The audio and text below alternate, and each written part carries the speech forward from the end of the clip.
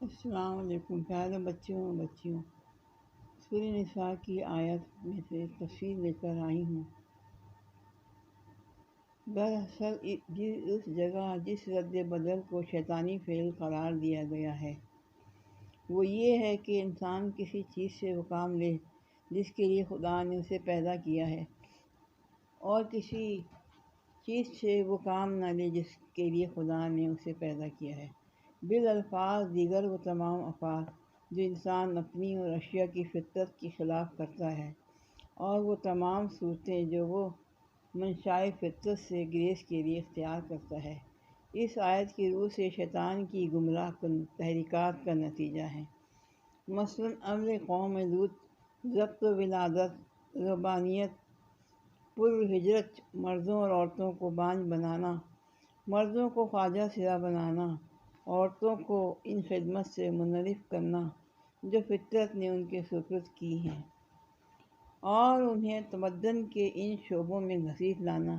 جن کے لیے مرد پیدا کیا گیا ہے۔ یہ اور دوسرے اس طرح کے دوسرے بے شمار افعال جو شیطان کی شاگرد دنیا میں کر رہے ہیں، دراصل یہ معنی رکھتے ہیں کہ لوگ خالق کائنات کے ٹھہرائے ہوئے قوانین کو غلط سمجھتے ہیں اور ان میں اصلاح فرمانا چاہتے ہیں۔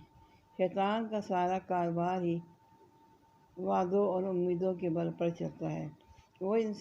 انسان کو انفرادی طور پر یا اجتماعی طور پر جو کسی غلط راستے کی طرف لے جانا چاہتا ہے تو اس کے آگے ایک سبز باغ پیش کرتا ہے۔ کسی کو انفرادی لطف، لذت اور کامیابیوں کی امید، کسی کو قومی سربلندیوں کی توقع، اور کسی کو نوع انسانی کی فلاح و بہبود کا یقین، کسی کو صداقت تک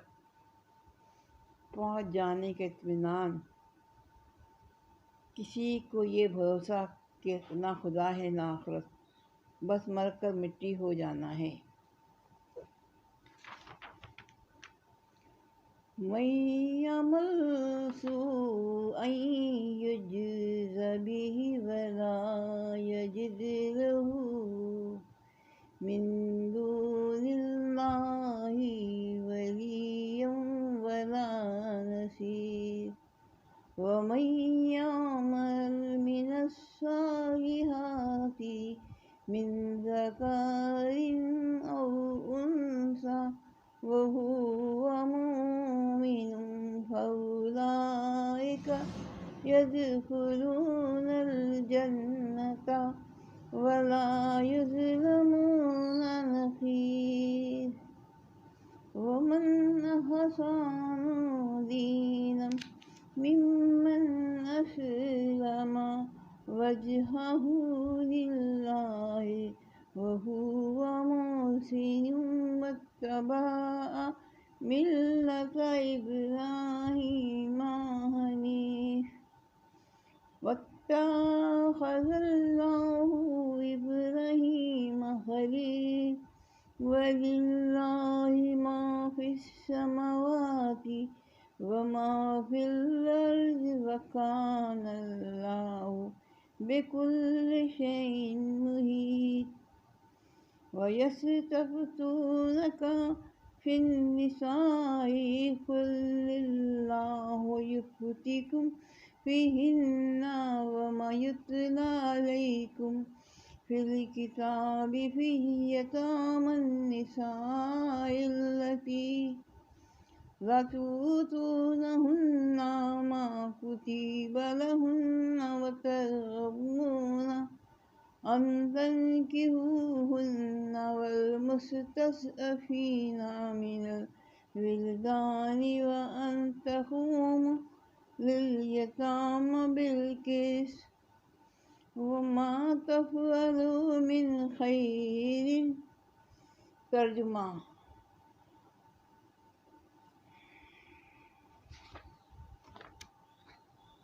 جو بھی برائی کرے گا اس کا پھل پائے گا، اور اللہ کے مقابلے میں اپنے لیے کوئی حامی و مددگار نہ پا سکے گا۔ اور جو نیک عمل کرے گا خواہ مرد ہو یا عورت بشرط یہ ہو کہ وہ مومن، تو ایسے ہی لوگ جنت میں داخل ہوں گے اور ان کی ذرا برابر حق تلفی نہ ہونے پائے گی۔ اس شخص سے بہتر اور کس کا طریق زندگی ہو سکتا ہے جس نے اللہ کے آگے سر تسلیم خم کر دیا اور اپنا رویہ نیک رکھا اور یکسو ہو کر ابراہیم کے طریقے کی پیروی کی، اس ابراہیم کے طریقے کی جسے اللہ نے اپنا دوست بنا لیا تھا۔ آسمانوں اور زمین میں جو کچھ ہے اللہ کا ہے اور اللہ ہر چیز پر محیط ہے۔ لوگ تم سے عورتوں کے معاملے میں فتویٰ پوچھتے ہیں، کہو اللہ تمہیں ان کے معاملے میں فتویٰ دیتا ہے اور ساتھ ہی وہ احکام بھی یاد دلاتا ہے جو پہلے سے تم کو اس کتاب میں سنائے جا رہے ہیں۔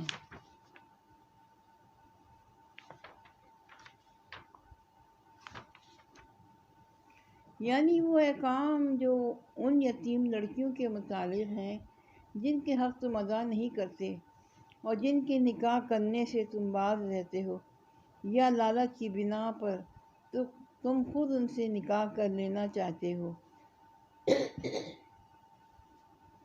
اور وہ احکام جو ان بچوں کے متعلق ہیں جو بیچارے کوئی زور نہیں رکھتے۔ اللہ تمہیں ہدایت کرتا ہے، یہ یتیموں کے ساتھ انصاف پر قائم رہو اور جو بھلائی تم کرو گے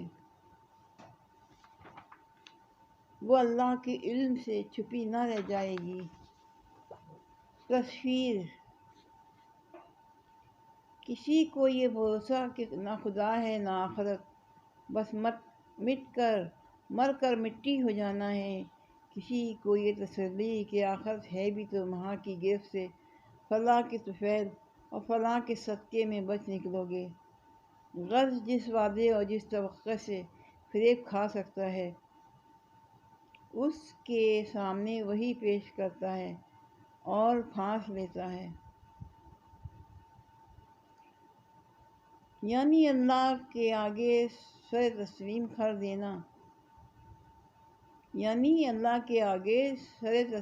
خم کر دینا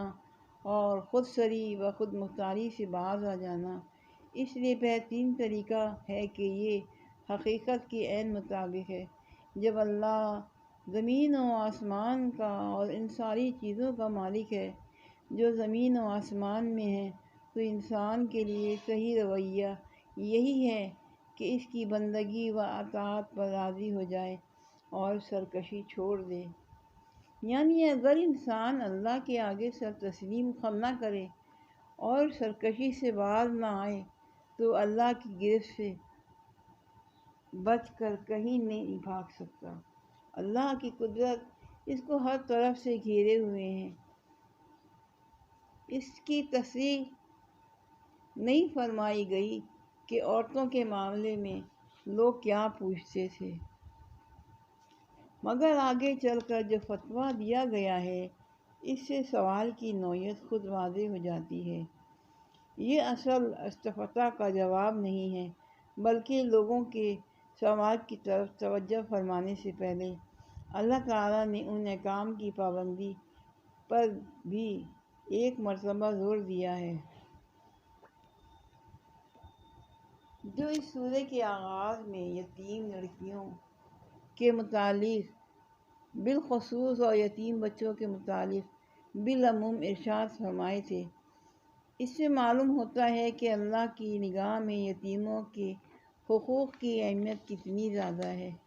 ابتدائی 2 رکوع میں ان کے حقوق کی تحفظ کی تائید بڑی شدت کے ساتھ کی جا چکی تھی، مگر اس پر اکتفا نہیں کیا گیا۔ اب جو معاشرتی مسائل کی گفتگو چھڑی تو قبل اس کے کہ لوگوں کے پیش کردہ سوال کا جواب دیا جاتا، یتیموں کی مفاد کا ذکر بطور خود چھیڑ دیا گیا۔ اشارہ ہے اس آیت کی طرف جس میں ارشاد ہوا ہے کہ اگر یتیموں کے ساتھ بے انصافی کرنے سے ڈرتے ہو تو جو عورتیں تم کو پسند آئیں، ترغبون ان تنکحوہن کا مطلب یہ بھی ہو سکتا ہے کہ تم ان سے نکاح کرنے کی رغبت رکھتے ہو۔ اور یہ بھی ہو سکتا ہے کہ تم ان سے نکاح کرنا پسند نہیں کرتے۔ حضرت عائشہ اس کی تشریح میں فرماتی ہیں کہ جن لوگوں کی سرپرستی میں ایسی یتیم لڑکیاں ہوتی تھیں جن کے پاس والدین کی چھوڑی ہوئی کچھ دولت ہوتی تھی اور وہ ان لڑکیوں کے ساتھ مختلف طریقوں سے ظلم کرتے تھے، اگر لڑکی مالدار ہونے کے ساتھ ساتھ خوبصورت بھی ہوتی تو یہ لوگ چاہتے تھے کہ خود اس سے نکاح کر لیں اور مہر اور نفقہ اور کیے بغیر ان کے مال و جمال دونوں سے فائدہ اٹھائیں، اور اگر وہ بدصورت ہوتی تو یہ لوگ نہ اس سے خود نکاح کرتے اور نہ کسی دوسرے سے اس کا نکاح ہونے دیتے، تاکہ اس کا کوئی ایسا سردھر پیدا نہ ہو جائے جو کل اس کے حق کا مطالبہ کرنے والا ہو۔ وَإِنَّ اللَّهَ كَانَ بِهِ عَلِيمًا وَإِنَّ امرأة خافت من بعلها نشوزا أو إعراضا فلا جناح عليهما أن يصلحا بينهما صلحا والصلح خير وأحضرت الأنفس الشح وإن تحسنوا وتتقوا فإن الله كان بما تعملون خبيرا ولن تستطيعوا أن تعدلوا بين النساء بلوا هلستم فلا تميلوا كل الميل فتذروها كالمؤلقات وإن تصلحوا وتتقوا فإن الله كان غفورا رحيما۔ ترجمہ: وہ اللہ کے علم سے چھپی نہ رہ جائے گی جب کسی عورت کو اپنے شوہر سے بدسلوکی کے یا بے رخی کا خطرہ ہو تو کوئی مضائقہ نہیں اگر میاں اور بیوی کچھ حقوق کی کمی بیشی پر آپس میں صلاح کر لیں۔ صلاح بہرحال بہتر ہے۔ نفس تنگ دلی کی طرف جلدی مائل ہو جاتے ہیں، لیکن اگر تم لوگ احسان سے پیش آؤ اور خدا ترسی سے کام لو تو یقین رکھو کہ اللہ تمہارے اس طرز عمل سے بے خبر نہ ہوگا۔ بیویوں کے درمیان پورا عدل کرنا تمہارے بس میں نہیں ہے، تم چاہو بھی تو اس پر قادر نہیں ہو سکتے، لہذا قانون الہی کا منشا پورا کرنے کے لیے کافی ہے کہ ایک بیوی کی طرف اس طرح نہ جھک جاؤ کہ دوسری کو ادھر لٹکتا چھوڑ دو۔ اگر تم اپنا طرز عمل درست رکھو اور اللہ سے ڈرتے رہو تو اللہ چشم پوشی کرنے والا اور رحم فرمانے والا ہے۔ تفسیر: اشارہ ہے اس احکام کی طرف جو اسی سورہ کے پہلے اور دوسرے رکوع میں یتیموں کے حقوق کے متعلق ارشاد ہوئے۔ یہاں سے اصل استفتاء کا جواب شروع ہوتا ہے۔ اس جواب کو سمجھنے کے لیے ضروری ہے کہ پہلے سوال کو اچھی طرح ذہن نشین کر لیا جائے۔ زمانی جاہلیت میں ایک شخص غیر محدود تعداد تک بیویاں کرنے کے لیے آزاد تھا اور ان کثیر التعداد بیویوں کے لیے کچھ بھی حقوق مقرر نہ تھے۔ سورہ نساء کی ابتدائی آیات جب نازل ہوئیں تو اس آزادی پر دو قسم کی پابندیاں عائد ہو گئیں۔ ایک یہ کہ بیویوں کی تعداد زیادہ سے زیادہ 4 تک محدود کر دی گئی، دوسری یہ کہ ایک سے زیادہ بیویاں رکھنے کے لیے عدل یعنی مساویانہ برتاؤ کو شرط قرار دیا گیا۔ اب یہ سوال پیدا ہوا کہ اگر کسی شخص کی بیوی بانجھ ہے یا دائم المرض یا تعلق زن و شو کے قابل نہیں رہی اور شوہر دوسری بیوی بیاہ لاتا ہے تو کیا وہ مجبور ہے؟ دونوں کے ساتھ یکساں رغبت رکھے، یکساں محبت رکھے، جسمانی تعلقات میں بھی یکساں برتے۔ اور اگر وہ ایسا نہ کرے تو کیا عدل کی شرط کا تقاضا یہ ہے کہ دوسری شادی کرنے کے لیے پہلی بیوی کو چھوڑ دے؟ نیز یہ کہ اگر پہلی بیوی خود جدا نہ ہونا چاہے تو کیا زوجین میں اس قسم کا معاملہ ہو سکتا ہے کہ جو بیوی غیر مرغوب ہو چکی ہے اور وہ اپنے بعض حقوق سے خود دست بردار ہو کر شوہر کو طلاق سے بعد رہنے پر راضی کر لے؟ کیا ایسا کرنا عدل کی شرط کے خلاف تو نہ ہوگا؟ یہ سوالات ہیں جن کا جواب ان آیات میں دیا گیا ہے، یعنی طلاق و جدائی سے بہتر ہے کہ اس طرح ہم باہمی مصالحت کر کے ایک عورت اور اسی کے شوہر کے ساتھ رہے جس کے ساتھ وہ عمر کا ایک حصہ گزار چکی ہے۔ عورت کی طرف سے تنگ دلی یہ ہے کہ وہ اپنے اندر شوہر کے لیے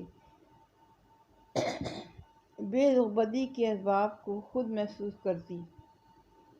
ہو اور پھر بھی وہ سلوک چاہے جو ایک مرغوب بیوی کے ساتھ ہی برتا جا سکتا ہے۔ مرد کی طرف سے تنگ دلی یہ ہے کہ جو عورت دل سے اتر جانے پر بھی اس کے ساتھ رہنا ہی چاہتی ہو، اس کو وہ حد سے زیادہ دبانے کی کوشش کرے اور اس کے حقوق ناقابل برداشت حد تک گھٹا دینا چاہیے۔ یا پھر اللہ تعالیٰ نے مرد ہی کے جذبۂ فیاضی سے اپیل کی ہے کہ جس طرح بالعموم ایسے معاملات میں اس کا قاعدہ ہے، اس نے مرد کو ترغیب دی ہے کہ وہ بے رغبتی کے باوجود اس عورت کے ساتھ احسان سے پیش آئے جو برسوں اس کی رفیق زندگی رہی ہے، اور اس خدا سے ڈرے جو اگر کسی انسان کی خامیوں کے سبب سے اپنی نظر التفات اس سے پھیر لے اور اس کے نصیب میں کمی کرنے پر اتر آئے تو پھر اس کا دنیا میں کوئی ٹھکانہ نہ رہے۔ مطلب یہ کہ آدمی تمام حالات میں تمام حیثیتوں سے دو یا زائد بیویوں کے درمیان مساوات نہیں برت سکتا۔ ایک خوبصورت ہے اور دوسری بدصورت، ایک جوان ہے اور دوسری سن رسیدہ، ایک دائم المرض ہے اور دوسری تندرست، ایک بد مزاج ہے اور دوسری خوش مزاج، اور اسی طرح کے دوسرے تفاوت بھی ممکن ہیں جن کی وجہ سے ایک بیوی کی طبعاً آدمی کی رغبت کم اور دوسری طرف زیادہ ہو سکتی ہے۔ ایسی حالتوں میں قانون یہ مطالبہ نہیں کرتا کہ محبت و رغبت اور جسمانی تعلقات میں ضرور ہی دونوں کے درمیان مساوات رکھی جائے، بلکہ صرف یہ مطالبہ کرتا ہے کہ جب تم بے رغبتی کے باوجود ایک عورت کو طلاق نہیں دیتے اور اس کو اپنی خواہش یا خود اس کی خواہش کی بنا پر بیوی بنائے رکھتے ہو تو اس سے کم از کم اس حد تک تعلق ضرور رکھو کہ وہ عملاً بے شوہر ہو کر نہ رہ جائے۔ ایسے حالات میں ایک بیوی کی بنسبت دوسرے کی طرف میلان زیادہ ہونا تو فطرتی امر ہے، لیکن ایسا بھی نہ ہونا چاہیے کہ دوسری یوں معلق ہو جائے گویا اس کا کوئی شوہر نہیں ہے۔ اس آیت سے بعض لوگوں نے یہ نتیجہ نکالا ہے کہ قرآن ایک طرف عدل کی شرط کے ساتھ تعدد ازواج کی اجازت دیتا ہے اور دوسری طرف عدل کو ناممکن قرار دے کر اس اجازت کو عملاً منسوخ کر دیتا ہے، لیکن در حقیقت ایسا نتیجہ نکالنے کے لیے اس آیات میں کوئی گنجائش نہیں ہے۔ اگر صرف اتنا ہی کہنے پر اکتفا کیا ہوتا کہ تم عورتوں کے درمیان عدل نہیں کر سکتے تو یہ نتیجہ نکالا جا سکتا تھا۔ غفور الرحیم وَإِن يَتَفَرَّقَا يُغْنِ اللَّهُ كُلًّا مِّن سَعَتِهِ وَكَانَ اللَّهُ وَاسِعًا حَكِيمًا۔ وَلِلَّهِ مَا فِي السَّمَاوَاتِ وَمَا فِي الْأَرْضِ وَلَقَدْ وَصَّيْنَا الَّذِينَ أُوتُوا الْكِتَابَ مِنْ قَبْلِ وَإِيَّاكُمْ أَنِ اتَّقُوا اللَّهَ وَإِنْ تَكْفُرُوا فَإِنَّ لِلَّهِ مَا فِي السَّمَاوَاتِ وَمَا فِي الْأَرْضِ وَكَانَ اللَّهُ غَنِيًّا حَمِيدًا وَلِلَّهِ مَا فِي السَّمَاوَاتِ وَمَا فِي الْأَرْضِ وَكَفَى بِاللَّهِ وَكِيلًا أَن يَشَاءَ يُذْهِبْكُمْ أَيُّهَا النَّاسُ وَيَأْتِي بِآخَرِينَ وَكَانَ اللَّهُ عَلَى ذَلِكَ قَدِيرًا مَنْ كَانَ يُرِيدُ ثَوَابَ الدُّنْيَا فَإِنَّ اللَّهَ ثَوَابَ الدُّنْيَا وَالْآخِرَةِ وَكَانَ اللَّهُ سَمِيعًا بَصِيرًا يَا أَيُّهَا الَّذِينَ آمَنُوا كُونُوا قَوَّامِينَ بِالْقِسْطِ شُهَدَاءَ لِلَّهِ وَلَوْ عَلَىٰ أَنفُسِكُمْ أَوِ الْوَالِدَيْنِ۔ ترجمہ: لیکن اگر زوجین ایک دوسرے سے الگ ہی ہو جائیں تو اللہ اپنی وسیع قدرت سے ہر ایک کو دوسرے کی محتاجی سے بے نیاز کر دے گا۔ اللہ کا دامن بہت کشادہ اور وہ دانا و بینا ہے۔ آسمانوں اور زمین میں جو کچھ ہے سب اللہ ہی کا ہے۔ تم سے پہلے جن کو ہم نے کتاب دی تھی انہیں بھی یہی ہدایت کی تھی، اور اب تم کو بھی یہی ہدایت کرتے ہیں کہ خدا سے ڈرتے ہوئے کام کرو۔ لیکن اگر تم نہیں مانتے تو نہ مانو۔ زمین و آسمان کی ساری چیزوں کا مالک اللہ ہی ہے، اور وہ بے نیاز ہے، ہر تعریف کا مستحق۔ ہاں، اللہ ہی مالک ہے ان سب چیزوں کا جو آسمانوں میں ہیں اور جو زمین میں ہیں، اور کارسازی کے لیے بس وہی کافی ہے۔ اگر وہ چاہے تو تم لوگوں کو ہٹا کر تمہاری جگہ دوسروں کو لے آئے، اور وہ اس کی پوری قدرت رکھتا ہے۔ جو شخص محض ثواب دنیا کا طالب ہو اسے معلوم ہونا چاہیے کہ اللہ کے پاس ثواب دنیا بھی ہے اور ثواب آخرت بھی، اور اللہ سمیع و بصیر ہے۔ اے لوگوں جو ایمان لائے ہو، انصاف کے علمبردار خدا واسطے کے گواہ بنو، اگر چاہے تمہارے انصاف اور تمہاری گواہی کی رد خود تمہاری اپنی ذات پر یا تمہارے والدین اور رشتہ داروں پر ہی کیوں نہ پڑتی ہو۔ تفسیر: لہذا ایک بیوی کی طرف بالکل نہ جھک پڑو۔ اس فقرے نے کوئی موقع اس مطلب کے لیے باقی نہیں چھوڑا جو مسیحی یورپ کی تقلید کرنے والے حضرات اس سے نکالنا چاہتے ہیں، یعنی اگر حتی الامکان وہ تم قصداً ظلم نہ کرو اور انصاف ہی سے کام لینے کی کوشش کرتے رہو تو فطری مجبوریوں کی بنا پر تھوڑی بہت کوتاہیاں تم سے انصاف کے معاملے میں صادر ہوں گی تو انہیں اللہ معاف فرما دے گا۔ بالعموم قانونی احکام بیان کرنے کے بعد اور بالخصوص تمدن و معاشرت کے ان پہلوؤں کی اصلاح پر زور دینے کے بعد جن میں انسان کے اکثر ظلم کا ارتکاب کرتا ہے، اللہ تعالیٰ اس قسم کے چند پر اثر جملوں میں ایک مختصر وعظ ضرور فرمایا کرتا ہے، اور اس سے مقصود یہ ہوتا ہے کہ نفوس کو ان احکام کی پابندی پر آمادہ کیا جائے۔ اوپر چونکہ عورتوں اور یتیم بچوں کے ساتھ انصاف اور حسن سلوک کی ہدایت کی گئی ہے، لہٰذا اس کے بعد ضروری سمجھا گیا کہ چند باتیں اہل ایمان کے ذہن نشین کر دی جائیں۔ ایک یہ کہ تم کبھی اس بھلاوے میں نہ رہنا کہ کسی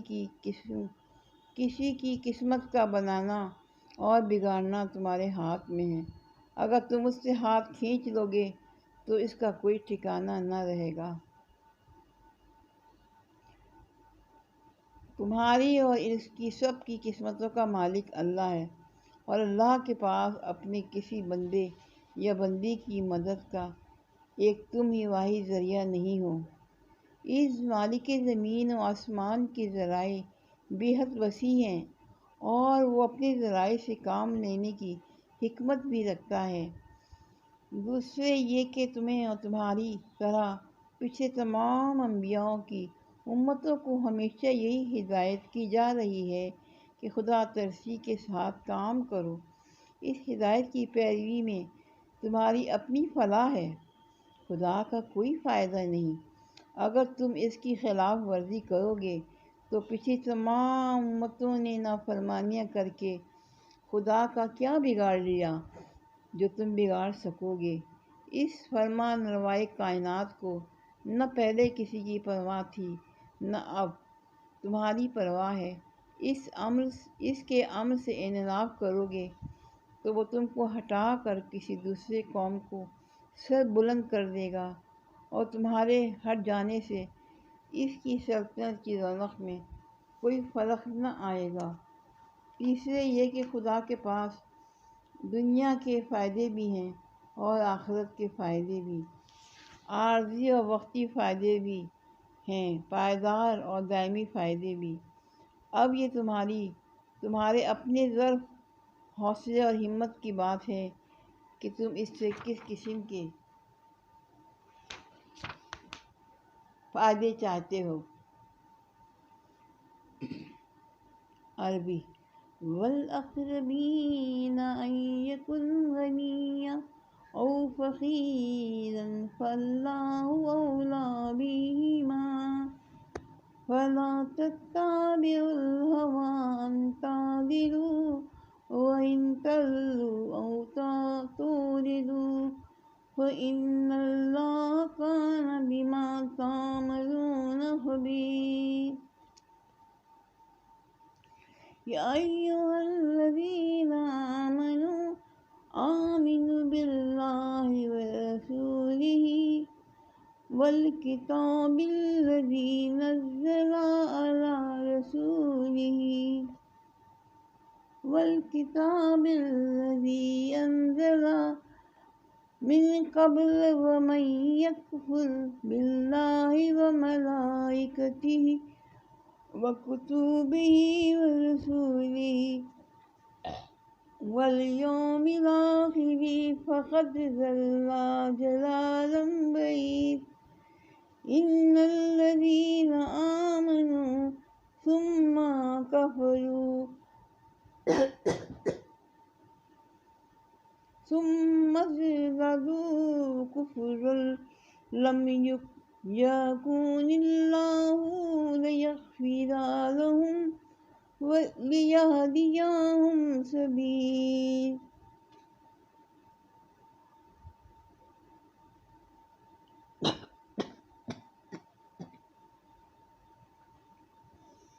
ترجمہ: فریق معاملہ خواہ مالدار ہو یا غریب، اللہ تم سے زیادہ ان کا خیر خواہ ہے بے شک، لہذا اپنی خواہش نفس کی پیروی میں عدل سے باز نہ رہو، اور اگر تم نے لگی لپٹی بات کہی یا سچائی سے پہلو بچایا تو جان رکھو کہ جو کچھ تم کرتے ہو اللہ کو اس کی خبر ہے۔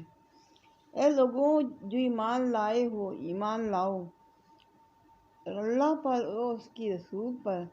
اور اس کتاب پر جو اللہ نے اپنے رسول پر نازل کی ہے، اور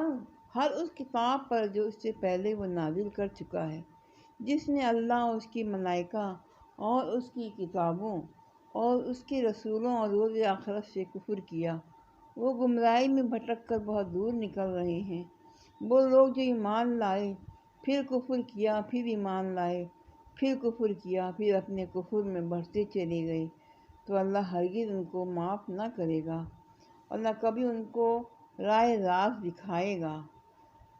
تفسیر: اگر تم محض دنیا کے چند روزہ فائدوں پر ہی رجھتے ہو اور ان کی خاطر ابدی زندگیوں کے فائدوں کو قربان کر دینے کے لیے تیار ہو تو خدا یہی کچھ تم کو یہیں اور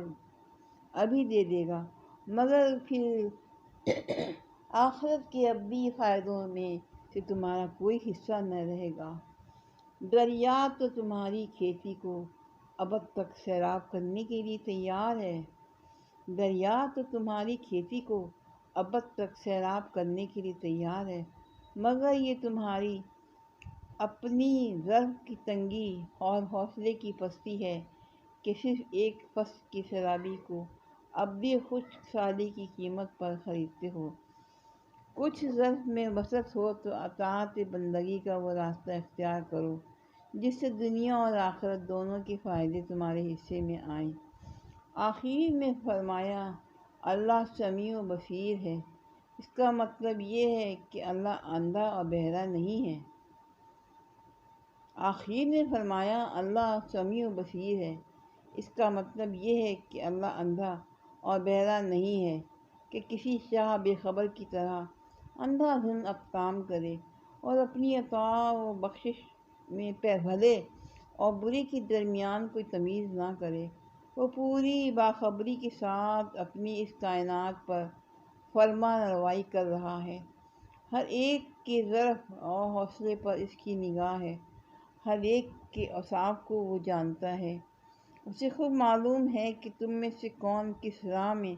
اپنی محنتیں اور کوششیں صرف کر رہا ہے۔ تم اس کی نافرمانی کا راستہ اختیار کر کے ان بخششوں کی امید نہیں کر سکتے جو اس نے صرف فرمانبرداری ہی کے لیے مخصوص کی ہیں۔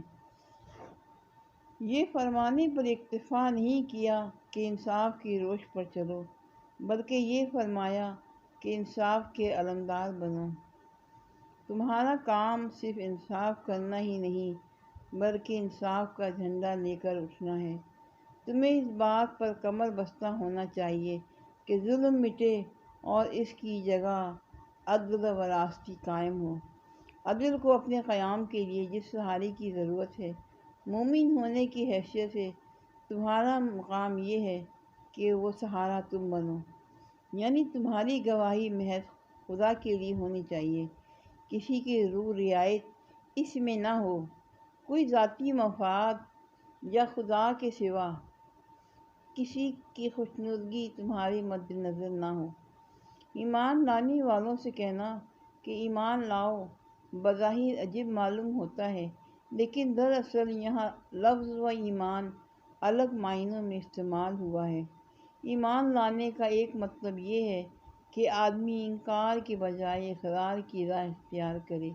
نہ ماننے والوں سے الگ ہو کر ماننے والوں میں شامل ہو جائے، اور اس کا دوسرا مطلب یہ ہے کہ آدمی جس چیز کو مانے اسے سچے دل سے مانے، پوری سنجیدگی اور خلوص کے ساتھ مانے، اپنی فکر کو، اپنی مذاق کو، اپنی پسند کو، اپنے رویے اور چلن کو، اپنی دوستی اور دشمنی کو، اپنے صحیح و جد و جہد کے مصرف کو بالکل اس عقیدے کے مطابق بنا لے جس پر ایمان لایا ہے۔ اس آیت میں خطاب ان تمام مسلمانوں سے ہے جو پہلے معنی کے لحاظ سے ماننے والوں میں شمار ہوتے ہیں، اور ان سے مطالبہ یہ کیا گیا ہے کہ دوسرے معنی کے الفاظ سے سچے مومن بنیں۔ کفر کرنے کے بھی دو مطلب ہیں، ایک یہ کہ آدمی صاف صاف انکار کر دے، دوسرے یہ کہ زبان سے تو مانے مگر دل سے نہ مانے، یا اپنے رویے سے ثابت کر دے کہ وہ جس چیز کو ماننے کا دعویٰ کر رہا ہے فی الوقت اسے نہیں مانتا۔ یہاں کفر سے یہ دونوں معنی مراد ہیں، اور آیت کا مقصود لوگوں کو اس بات پر متنبہ کرنا ہے کہ اسلام کی اس اساسی عقیدوں کے ساتھ کفر کی ان دونوں اقسام میں سے جس قسم کا برتاؤ بھی آدمی اختیار کرے اس کا نتیجہ حق سے دوری اور باطل کی راہوں میں سرکشتگی و نامرادی کے سوا کچھ نہ ہوگا۔ اس سے مراد وہ لوگ ہیں جن کے لیے محض دین ایک غیر سنجیدہ تفریح ہے، ایک کھلونا ہے جس سے وہ اپنی تخیلات یا اپنی خواہشات کے مطابق کھیلتے رہتے ہیں۔ جب فضائے دماغی میں ایک لہر اٹھی مسلمان ہو گئے، اور جب دوسری لہر اٹھی تو کافر بن گئے۔ عربی: بشر المنافقین بأن لهم عذابا أليما الذين يتخذون الكافرين أولياء من دون المؤمنين أيبتغون عندهم العزة فإن العزة لله جميعا وقد نزل عليكم في الكتاب أن إذا سمعتم آيات الله يكفر بها ويستهزأ بها فلا تقعدوا معهم حتى يخوضوا في حديث غيره إنكم إذا مثلهم إن الله جامع المنافقين والكافرين في جهنم جميعا الذين يتربصون بكم فإن كان لكم فتح من الله قالوا ألم نكن معكم وإن كان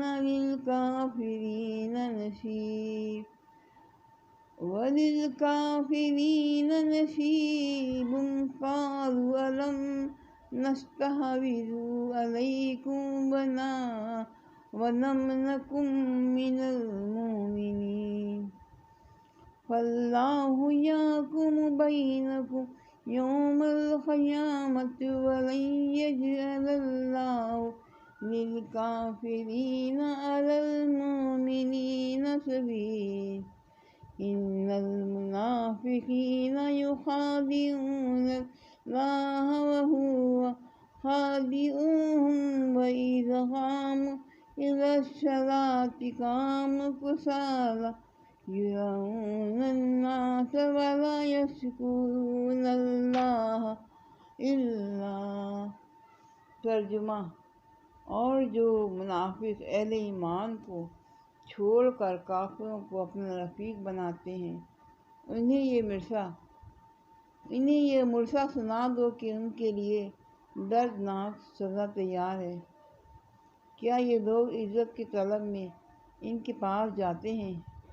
حالانکہ عزت تو ساری کی ساری ہی اللہ ہی کے لیے ہے۔ اللہ اس کتاب میں تم کو پہلے ہی حکم دے چکا ہے کہ جہاں تم سنو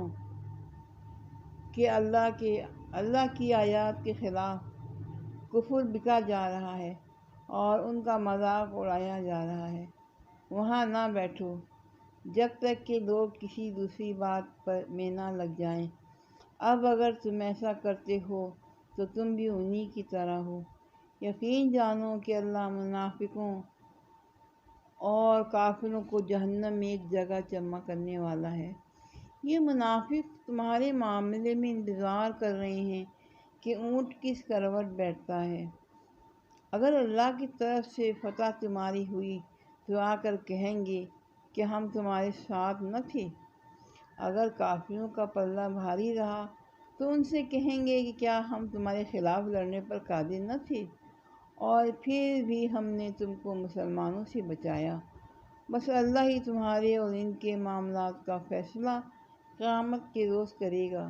اور اسی فیصلے میں اللہ نے کافروں کے لیے مسلمانوں پر غالب آنے کی ہرگز کوئی سبیل نہیں رکھی ہے۔ یہ منافق اللہ کے ساتھ دھوکہ بازی کر رہے ہیں، حالانکہ در حقیقت اللہ ہی نے انہیں دھوکے میں ڈال رکھا ہے۔ جب یہ نماز کے لیے اٹھتے ہیں تو کسمکاساتے ہوئے محض لوگوں کو دکھانے کی خاطر اٹھتے ہیں اور خدا کو کم ہی یاد کرتے ہیں۔ تفسیر: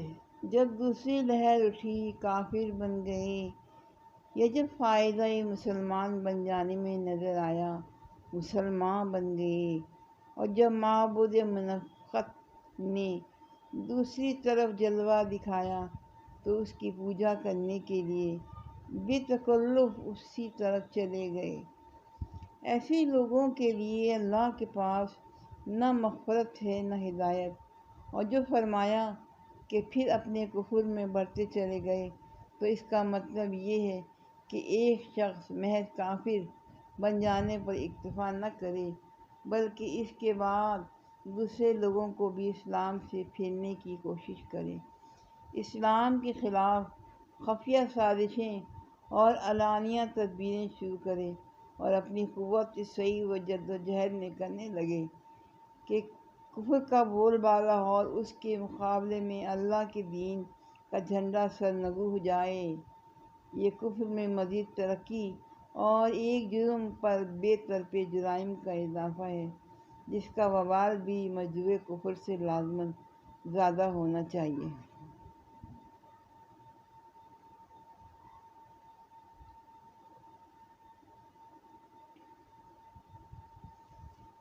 عزت کا مفہوم عربی زبان میں اردو کی بنسبت زیادہ وسیع ہے۔ اردو میں عزت محض احترام اور قدر و منزلت کے معنی میں آتا ہے، مگر عربی میں عزت کا مفہوم یہ ہے کہ کسی شخص کو ایسی بلند و محفوظ حیثیت حاصل ہو جائے کہ کوئی اس کا کچھ نہ بگاڑ سکے۔ دوسرے الفاظ میں لفظ عزت ناقابل ہتک حرمت کا ہم معنی ہے۔ یعنی اگر ایک شخص اسلام کا دعویٰ رکھنے کے باوجود کافروں کی ان صحبتوں میں شریک ہوتا ہے جہاں آیات الہی کے خلاف کفر بکا جاتا ہے، اور ٹھنڈے دل سے ان لوگوں کو خدا اور رسول کا مذاق اڑاتے ہوئے سنتا ہے، تو اس میں اور ان کافروں میں کوئی فرق باقی نہیں رہتا۔ جس حکم کا اس آیات میں ذکر کیا گیا ہے وہ سورۃ انعام آیت نمبر 68 میں بیان ہوا ہے۔ ہر زمانے کے منافقین کی یہی خصوصیت ہے کہ مسلمان ہونے کی حیثیت سے جو فائدے حاصل کیے جا سکتے ہیں ان کو یا اپنے زبانی اقرار اور دائرۂ اسلام میں برائے نام شمولیت کے ذریعے سے فائدہ حاصل کرے، اور جو فائدے کافر ہونے کی حیثیت سے حاصل ہونے ممکن ہیں، ان کی خاطر یہ کفار سے جا کر ملتے ہیں اور ہر طریقے سے ان کو یقین دلاتے ہیں کہ ہم کوئی متعصب مسلمان نہیں ہیں، نام کا تعلق مسلمانوں سے ضرور ہے، مگر ہماری دلچسپیاں اور وفاداریاں تمہارے ساتھ ہیں، فکر و تہذیب اور مذاق کے لحاظ سے ہر طرح کے موافقت تمہارے ساتھ ہے، اور کفر اسلام کی کشمکش میں ہمارا وزن جب بڑھے گا تو تمہیں ہی پلڑے میں پڑے گا، ہمارا وزن جب پڑے گا تو تمہارے ہی پلڑے میں پڑے گا۔ نبی صلی اللہ علیہ وسلم کے زمانے میں کوئی شخص مسلمانوں کی جماعت میں شمار ہی نہ ہو سکتا تھا جب کہ وہ نماز کا پابند نہ ہو۔ جس طرح تمام دینوی جماعتیں اور مجلسیں اپنے اجتماعات میں کسی ممبر کے بلا ناغہ شریک نہ ہونے کو اس کی عدم دلچسپی پر معمول کرتی ہیں اور مسلسل چند اجتماعات سے غیر حاضر رہنے پر اسے منبری سے خارج کر دیتی ہیں، اسی طرح اسلامی جماعت کے کسی رکن کا نماز باجماعت سے غیر حاضر رہنا اس زمانے میں اس بات کی صریحاً دلیل سمجھا جاتا تھا کہ وہ شخص اسلام سے کوئی دلچسپی نہ رکھتا، اور اگر وہ ہر مسلسل چند مرتبہ جماعت سے غیر حاضر رہتا تو یہ سمجھ لیا جاتا کہ وہ مسلمان نہیں ہے۔ اس بنا پر سخت سے سخت منافقوں کو بھی اس زمانے میں 5ویں وقت مسجد کی حاضری ضرور دینی پڑتی تھی، کیونکہ اس کے بغیر وہ مسلمانوں کی جماعت میں شمار کیے ہی نہ جا سکتے تھے۔ البتہ جو چیز ان کو سچے اہل ایمان سے ممیز کرتی تھی وہ یہ تھی کہ سچے مومن ذوق و شوق سے آتے تھے، وقت سے پہلے مسجدوں میں پہنچ جاتے تھے، نماز سے فارغ ہو کر بھی مسجدوں میں ٹھہرے رہتے تھے، اور ان کی ایک ایک حرکت سے ظاہر ہوتا تھا کہ نماز سے ان کو حقیقی دلچسپی ہے، بخلاف اس کی اذان کی آواز سنتے ہی منافق کی جان پر بن جاتی تھی، دل پر جبر کر کے اٹھتا تھا۔ اس کے آنے کا انداز صاف خمیازی کرتا تھا کہ آ نہیں رہا بلکہ اپنے آپ کو کھینچ کر لا رہا ہے۔ جماعت ختم ہوتے ہی اس طرح بھاگتا تھا کہ گویا کسی قیدی کو رہائی ملی ہو، اور اس کی تمام حرکات و سکنات سے ظاہر ہوتا تھا کہ یہ شخص خدا کے ذکر سے کوئی رغبت نہیں رکھتا، یعنی جس نے خدا کے کلام اور اس کے رسول کی سیرت سے ہدایت نہ پائی ہو، جس کو سچائی سے منحرف اور باطل پرستش کی طرف راغب دیکھ کر خدا نے بھی اسی طرف پھیر دیا ہو جس طرف وہ خود پھیرنا چاہتا تھا، اور جس کی ضلالت طلبی کی وجہ سے خدا نے اس پر ہدایت کے دروازے بند اور صرف ضلالت ہی کے راستے کھول دیے ہوں۔ ایسے شخص کو راہ راست دکھانا در حقیقت کسی انسان کے بس کا کام نہیں ہے۔ اس معاملے کو رزق کی مثال سے سمجھیے۔ یہ ایک حقیقت ہے کہ رزق کے تمام خزانے اللہ ہی قبضے قدرت میں ہیں۔ جس انسان کو جو کچھ بھی ملتا ہے اللہ ہی کے ہاں سے ملتا ہے، مگر اللہ ہر شخص کو رزق اسی راستے سے دیتا ہے جس راستے سے وہ خود مانگتا ہے۔ اگر کوئی شخص اپنا معاملہ اپنا رزق حلال راستے سے طلب کرے اور اسی کے لیے کوشش بھی کرے تو اللہ اس کے لیے حلال راستوں کو کھول دیتا ہے، اور جتنی اس کی نیت صاف ہوتی ہے، صادق ہوتی ہے، اسی نسبت سے حرام کے راستے اس کے لیے بند کر دیتا ہے، بخلاف اس کے جو شخص حرام خوری پر تلا ہوتا ہے وہ اسی کے لیے صحیح کرتا ہے، اور اس کو خدا کے اذان سے حرام ہی کی روٹی ملتی ہے، اور پھر یہ کسی کے بس کی بات نہیں کہ اس کے نصیب میں رزق حلال لکھ دے۔ بالکل اسی طرح یہ بھی حقیقت ہے کہ دنیا میں فکر و عمل کی تمام راہیں اللہ تعالیٰ کے اختیار میں ہیں۔ کوئی شخص کسی راہ پر بھی اللہ کے اذن اور اس کی توفیق کے بغیر نہیں چل سکتا۔ رہی یہ بات کہ کس انسان کو کس راستے پر چلنے کا اذن ملتا ہے اور کس راہ کی رہروی کے اسباب اس لیے ہموار کیے جاتے ہیں، تو اس کا انحصار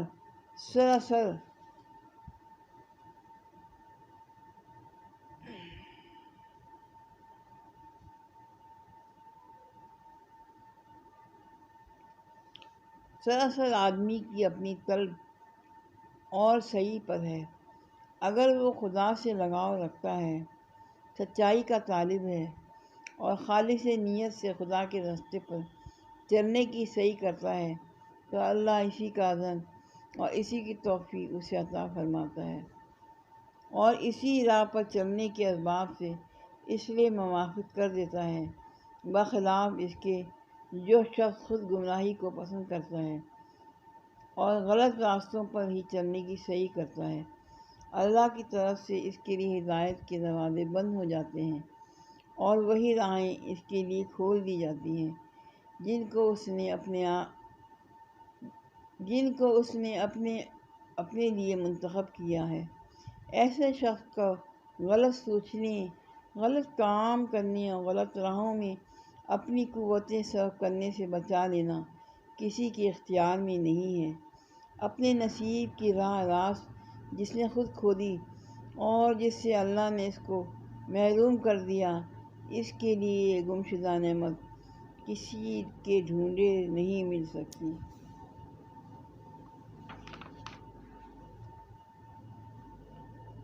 وَتَعَاصَمْ بِاللَّهِ وَأَخْلَصُوا دِينَهُمْ للہ فأولئک مع المؤمنین